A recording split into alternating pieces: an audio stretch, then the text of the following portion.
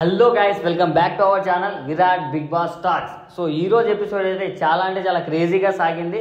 నిన్న మొన్నటి నుంచి బిగ్ బాస్ని ఒక ఊపేస్తున్న మన సంజన గల్రాని అయితే క్యాప్టెన్ అయినట్టు సమాచారం.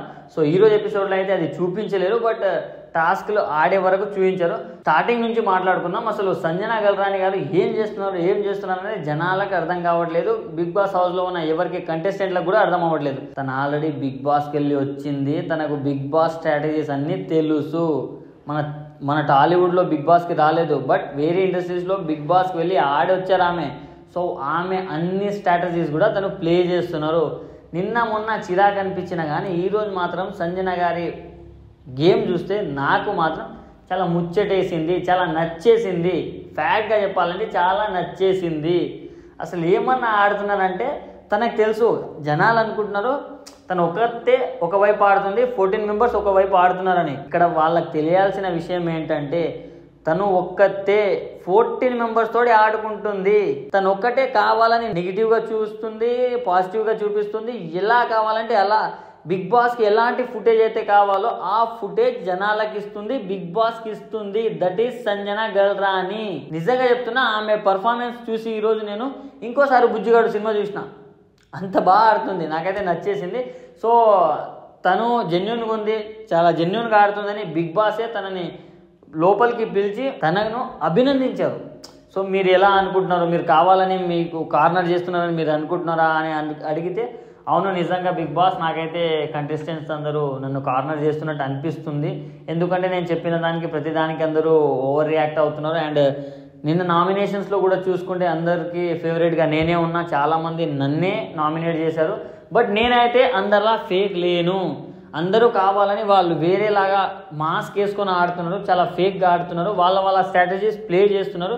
బట్ నేను బయట ఎలా ఉంటానో నేను అలానే ఉన్నాను, నాకు వాళ్ళలాగా నటించడం రాదు. సో నేను జెన్యూన్గా ఉన్నాను అని ఆమె చెప్పింది. సో బిగ్ బాస్ కూడా మెచ్చుకున్నారు అండ్ ఆమెకి స్పెషల్ పవర్ ఇచ్చారు. సో స్పెషల్ పవర్స్ ఇచ్చి వాళ్ళందరినీ టీం మెంబర్స్ని మొత్తం సెలెక్ట్ చేసుకోమన్నారు. సో దాని గురించి చర్చ జరిగింది. సో ఆమె లోపల నుంచి సెలెక్ట్ చేసుకుంది డీమాన్, పవన్, ఇమాన్యుల్, షష్ఠి వర్మ, రాము రాథోడ్, వీళ్ళని సెలెక్ట్ చేసుకుంది.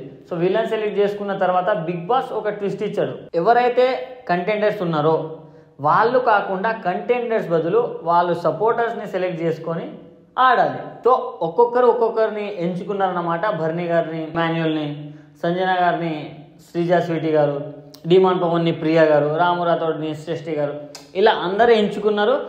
వాళ్ళతోటి కంటెండర్స్ ఆడతారనమాట. సో టాస్క్ అయితే చాలా బాగా సాగిందంటే ఎవరెవరైతే గ్రీన్ లైట్ పడినప్పుడు వాళ్ళు వెళ్ళాలి, రెడ్ లైట్ పడినప్పుడు వీళ్ళు వెళ్ళాలన్నట్టు చాలా సింపుల్ టాస్క్. బట్ వీళ్ళు కన్ఫ్యూజ్ అయ్యి రెడ్ లైట్ పడగానే గ్రీన్ లైట్ పడకన్నా ముందే కొంతమంది వెళ్ళిపోయారు.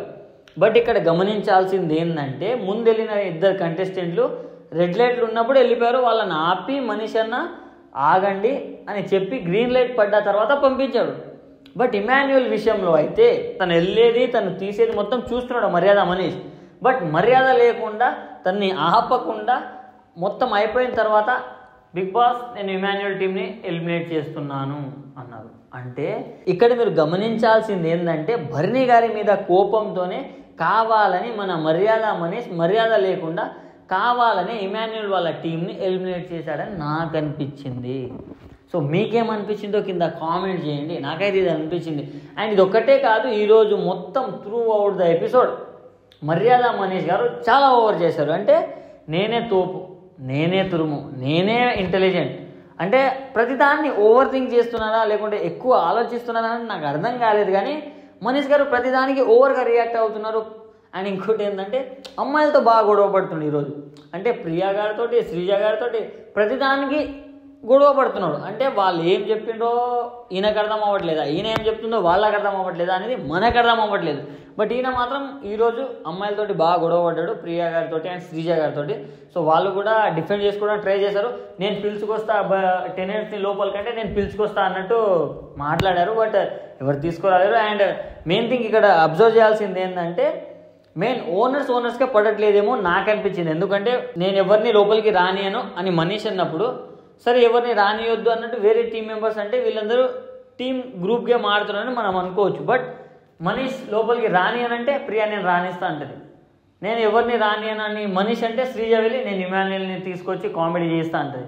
అంటే వీళ్ళకు టీమ్ స్పిరిట్ అనేది లేదు. బట్ ఏదో ఆడుతున్నారంటే ఆడుతున్నారు. బట్ ఎంతో కొంత మనీష్ అయితే ఓవర్ చేసినట్టు నాకు అనిపించింది.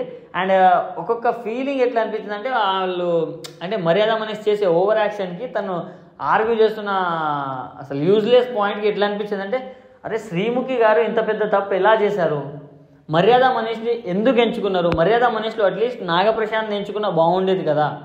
ఈయన వచ్చి బిగ్ బాస్కి ఏం కంటెంట్ ఇస్తున్నారు, వచ్చినప్పటి నుంచి ఏం లేదు, ఆల్మోస్ట్ మనీష్ గారిది ఏం లేదు, ఏదో ఆలోచించుకుంటూ స్పెట్స్ పెట్టుకుని అన్నదాన ఏదో పెద్ద మనిషిలా కూర్చుంటాడు అయిపోయా. ఈరోజు రాక సంచాలకుగా డ్యూటీ వస్తే ఆ సంచాలకులో కూడా పూర్తిగా ఫెయిల్ అయ్యాయి. సో మర్యాద మనీష్ని తీసుకోవడం అయితే నాకు నచ్చలేదు, ఆ రోజు కూడా నచ్చలేదు, ఈ రోజు కూడా నచ్చలేదు. ఇతని ప్లేస్లో నాగప్రశాంత్ ఉంటే చాలా అంటే చాలా బాగుండేదని నా పర్సనల్ ఒపీనియన్. అండ్ అప్పుడప్పుడు మనం చూస్తే లోపల డిమాండ్ పవన్ బాగా ఫ్లడ్ చేస్తున్నాడు. అంటే మామూలు ఫ్లడ్ కాదు, టైం దొరికినప్పుడల్లా సింపుల్గా ఫ్లడ్ చేసి పడేస్తున్నాడు. అంటే ఈ సీజన్లో ప్లే బాయ్ అయ్యే అవకాశం అయితే డిమాండ్ పవన్కే ఉంది.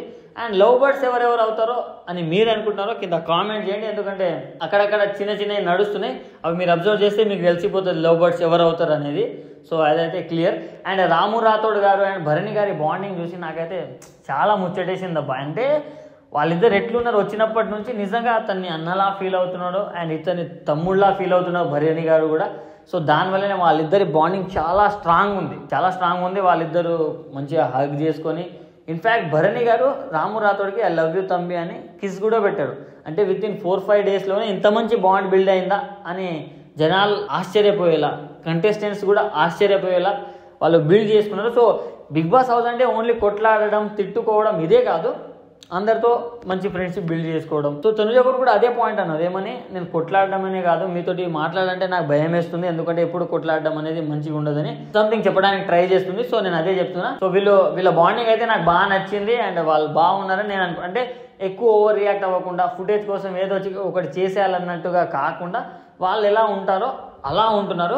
2-3 డేస్ నుంచి స్టార్ ఆఫ్ ద డే అయితే మన సంజన గల్రాని గారే ఉన్నారు. ఎందుకంటే ఆమె త్రూ అవుట్ ద షో మొత్తం ఊపేస్తున్నారు. అంటే నిజం చెప్తున్నా, చాలా మందికి మా ఫ్రెండ్స్లోనే నిన్న మొన్న like 2-3 days back Bigg Boss చూస్తారంటే లేదన్నట్టు చూడలేదు. బట్ నిన్న మొన్న నుంచి సంజన గారు అయితే ఎప్పుడైతే మన ట్రెండింగ్లోకి వచ్చారో, ట్రాక్లోకి వచ్చారో అప్పటి నుంచి ఆటోమేటిక్గా చూస్తున్నారు. అంటే మొత్తం బిగ్ బాస్ హౌస్ని ఇట్లా మార్చేస్తుంది. ఒక అమ్మాయి అయి ఉండి అసలు ఇట్లా మార్చేస్తుంది. తనకు తెలుసు అంటే వెన్నతో పెట్టిన విద్యలాగా అనుకోవచ్చు మనం. ఎందుకంటే 14 మెంబర్స్ని ఆ విధంగా హ్యాండిల్ చేసి అంత బాగా ఆడిపిస్తుంది.